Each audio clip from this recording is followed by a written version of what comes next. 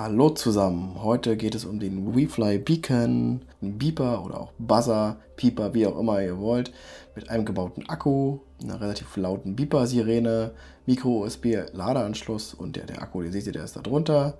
Und dann gibt es eigentlich nur eine Funktionstaste. Viel mehr hat das kleine Ding gar nicht zu bieten. Wenn wir auf die Seite von WeFly schauen, es scheint eine relativ kleine Firma zu sein, ist aber für ihre Beeper wohl sehr bekannt, hat auch so ein bisschen anderes Zeug hier, Ladegeräte und eben die Buzzer, welche zum Anlöten, WeFly Finder Version 2, dann noch eine etwas kleinere, nochmal leichtere und den WeFly Beacon, der sozusagen hier als Wireless bezeichnet wird, das heißt einfach nur, der wird sozusagen nicht angelötet, sondern hat einen eigenen Beschleunigungssensor, über den er sozusagen Crashs und Stürze erkennt. Ja, also ihr müsst ihn aber deswegen auch vor jedem Flug manuell einschalten. Das ist also wichtig dran zu denken. Denn angelöteter würde sich natürlich dann automatisch mit dem Copter einschalten. Dieses Modell müsst ihr vor jedem Flug wirklich einschalten, sonst ist er nicht aktiv. Schauen wir uns nochmal hier die Specs auf der Website an. Ihr seht dort auch alle Bilder und nochmal die Informationen, was jetzt sozusagen ihn herausragend macht im Gegensatz zu anderen Modellen. Er ist eben wireless, er muss nicht angelötet werden. Er hat einen Motion-Sensor, der sozusagen auch noch einstellbar ist in 3 Stärkegraden. Er hat helles LED an Bord, Positionslicht für Nacht und wiegt auch nur 6 Gramm. Ja? Also das ist relativ klein und kompakt tatsächlich. Die Maße stehen da auch. Und er hat auch eine lange Ausdauer. Wir schalten das Gerät jetzt einfach mal ein, damit ihr seht, wie das im Alltag aussieht. Das ist wichtig vor dem Flug. So, er meldet sich jetzt zurück. Jetzt kann es losgehen. Ihr könntet jetzt sozusagen euren Flug starten. Das simuliere ich jetzt mal, indem ich einfach ein bisschen den Pieper durch die Luft bewege. Natürlich leicht. Ihr würdet jetzt etwas flotter unterwegs sein beim FPV-Flug, klar.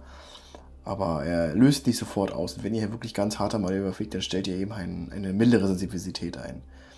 Jetzt simuliere ich mal einen Crash für euch. Ich lasse den mal auf den Tisch fallen. Ja, da wurde, glaube ich, der Crash erkannt.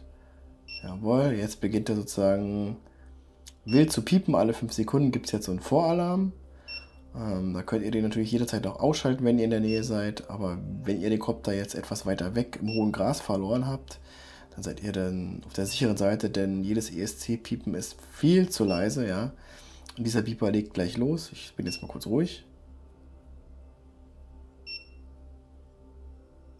Ja, jetzt hört ihr es schon, jetzt beginnt der Hauptalarm.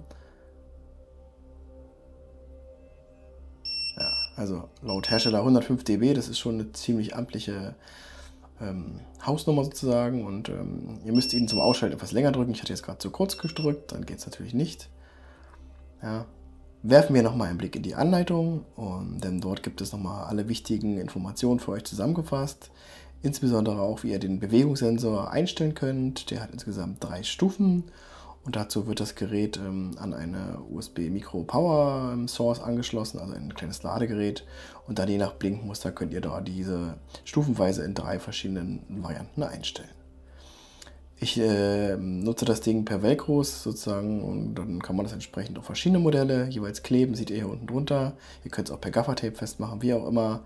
Wichtig ist nur, besorgt euch so ein Ding und schaltet es vor dem Flug ein, denn es ist eure Lebensversicherung, euer doppelter Boden sozusagen für eure Drohne.